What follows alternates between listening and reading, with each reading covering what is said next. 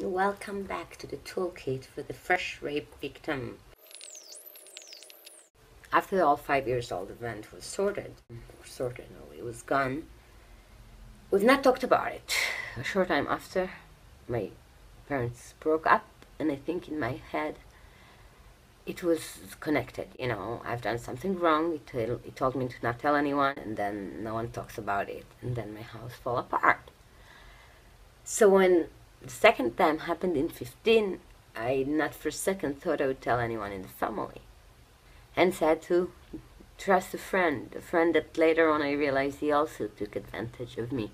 So this loneliness is really painful, and in a way we carry this weight on ourselves. It's not only about the society making us silent, it's also about us. We know how difficult it is to contain. Hence we're not as likely to share it with other people. So on one hand, we really want their love and their support, but we know what it makes them feel when we talk about it, so we try to not talk about that, and in turn we remain really lonely.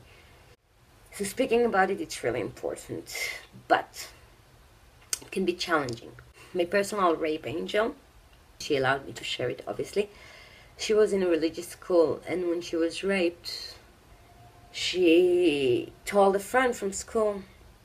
The friend told the manager. The manager said that because the rape took place in a city, it means she didn't scream. Because she didn't scream, she's a whore, and it's her fault. And not only she was thrown away from school, all her classmates were told to ban her because she's a prostitute and she's promiscuous. Promiscuous is a word. That leads me to the first advice. Call a hotline. First, call a hotline. Talk to someone professional. Talk to someone that knows how to lead the way. Talk to someone that can give you the strength you need to then face the people that are closer to you.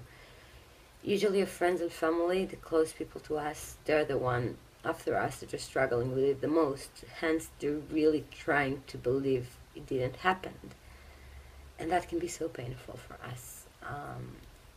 And I'm not justifying them, but that's why I'm suggesting don't talk to someone too close first. Talk to a professional person. Talk to someone who knows the subject. The hotlines are great because usually on the other side there are other people that went through the same experience. I got a beautiful quote from Rita Kogan. Initially I was planning to give her a letter rather than a name, but then I was thinking to myself, the whole idea is about talking, is about stop hiding, stop being ashamed. And she is not ashamed. Victims that don't work and make progress end up sinking down. It's not a slogan, it's just the way it is. I think the fact that we're expected and that we expect ourselves to deal with it alone, to think, we probably brought it on ourselves. How we dressed, did we flirt? Maybe we were drunk. Maybe you've been a bit of a whore. All those things that I'm sure you heard.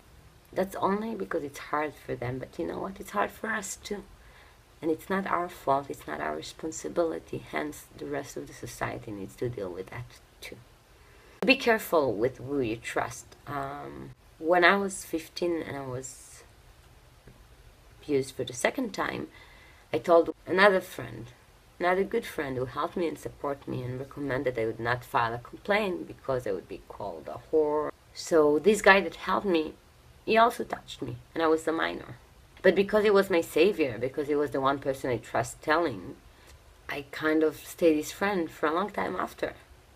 And I didn't register it as further abuse of a minor, but rather as this person I could have trusted.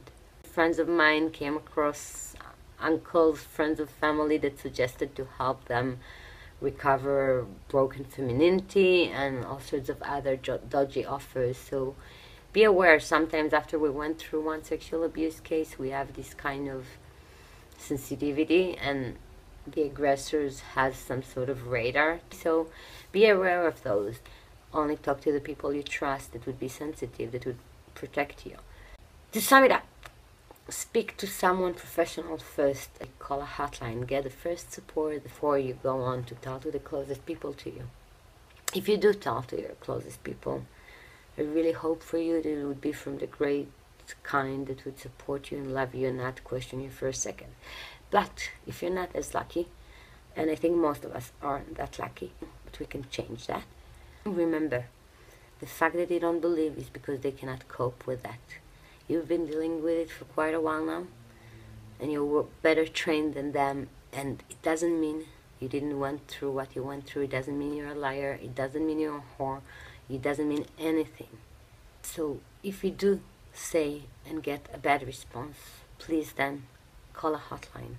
Talk to someone like you. A lot of those experiences are shared experiences, and don't question yourself. Next time, we're going to speak about guilt, dirt, and shame. All those things that are in the source of the issues we have to deal with. I'm very happy about this web series. Feel free to share your stories down here in the comments and call a hotline if you haven't done so yet. Meanwhile, don't hurt yourself. Be kind to yourself. Give yourself a hug and have one from me. Freedom. Take it off, throw it away, throw it on them. It's their fault. Stop caring.